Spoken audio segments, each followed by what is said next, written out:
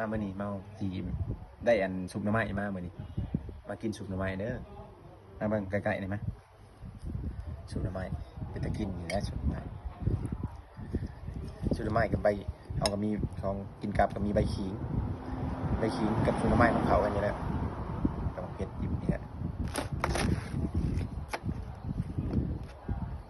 เข้า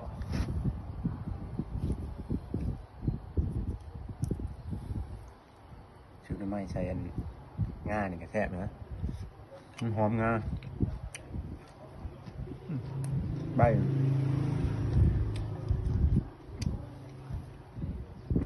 ม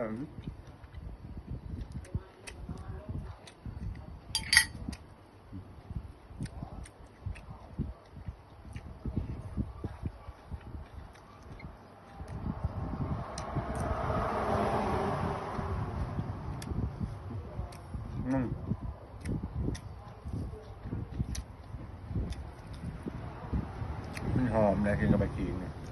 ก็ไม่ขาวแก่ไม่หรอก